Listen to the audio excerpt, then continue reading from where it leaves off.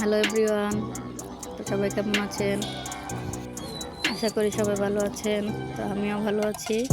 আজকে নিয়ে আসলাম খরগোশের ছোট্ট একটি মিনি ব্লগ। তো দেখুন, খরগোশের জন্য ঘাস নিতে এসেছি, সবুজ টাটকা শাকসবজি। যে দেখুন,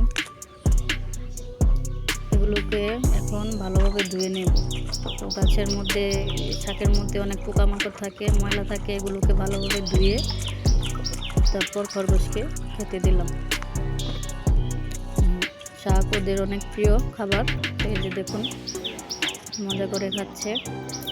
সবাই খরগোশকে টাটকা শাক সবজি খাওয়াবেন, এভাবে ধুয়ে নেবেন। এই যে দেখুন কি স্বাদ করে খাচ্ছে। তো ভিডিওটা ভালো লাগলে আমার চ্যানেলটাকে লাইক কমেন্ট করে দিয়েন, সাবস্ক্রাইব করে দিন। ধন্যবাদ সবাইকে।